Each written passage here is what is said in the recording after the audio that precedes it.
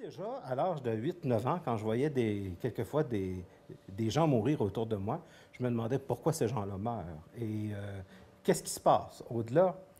Donc, déjà là, lorsqu'il y avait des films à la télévision qu'on parlait de fantastique, de fantômes, pour moi, ça faisait un peu partie de quelque chose de normal, mais surtout que les Américains, à l'époque, présentaient à la fin des années 50, au début des années 60, des émissions comme The Outer Limit, où il y avait toujours une créature absolument fascinante qui débarquait d'une autre planète. Donc, ça fait partie aussi de mon enfance, de mon côté américain. Et d'être lié un petit peu à cette émission-là par la suite qu'on a appelée Au-delà du réel. Il y avait aussi avec Rod Sterling Twilight Zone, où on parlait des limites des possibilités à franchir avec l'expérience psychique humaine. Donc, j'étais différent, surtout parce que j'étais d'avant-garde.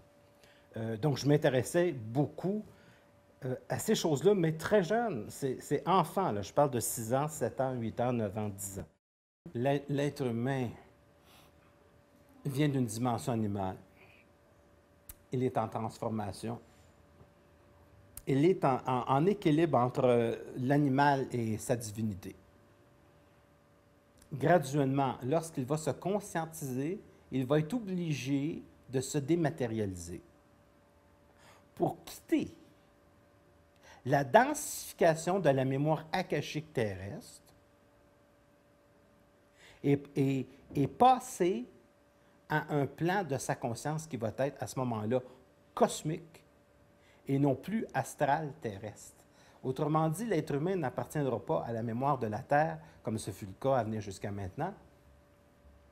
Il va appartenir à l'infini. Il va appartenir à son infini. À ce moment-là, il va être libre, dans sa vie comme dans sa mort, de régner au niveau de sa conscience. Ça, c'est le but.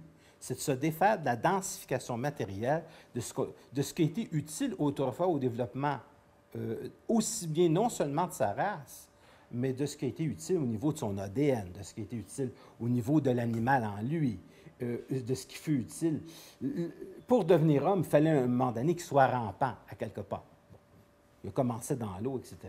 Est-ce que d'autres diront qu'il a été inséminé par des extraterrestres, par des êtres extradimensionnels? Possible, mais ça n'a pas d'importance. L'importance, c'est qu'il est en train de passer à de la conscience. Et ça se fait de plus en plus rapidement. Ça, c'est ça qui est intéressant. Et la raison pour laquelle ça se fait de plus en plus rapidement, c'est qu'il y a de plus en plus de souffrance.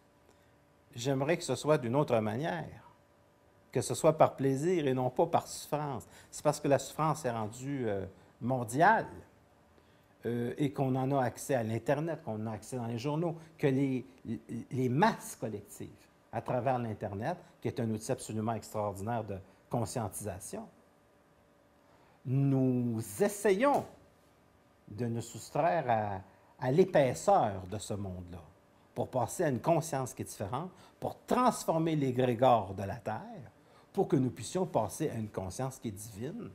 Et à ce moment-là, on pourra dire que peut-être, à quelque part, que tous les films que l'on retrouve souvent au cinéma sont souvent précurseurs de ce qui va se produire. Et je pense que quelque part, Avatar est un film très intéressant, un peu comme ce que l'Odyssée de l'espace 2001 a été pour les années 60, 70, 80, 90, lorsque l'on rencontre une mutation de la conscience qui est représentée par le monolithe.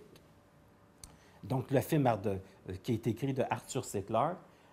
Nous sommes en train de passer maintenant à une conscience, non pas une inconscience, mais une conscience collective qui peut permettre à la race humaine de vivre vraiment son humanité au cours des prochains siècles et ensuite de passer dans sa divinité.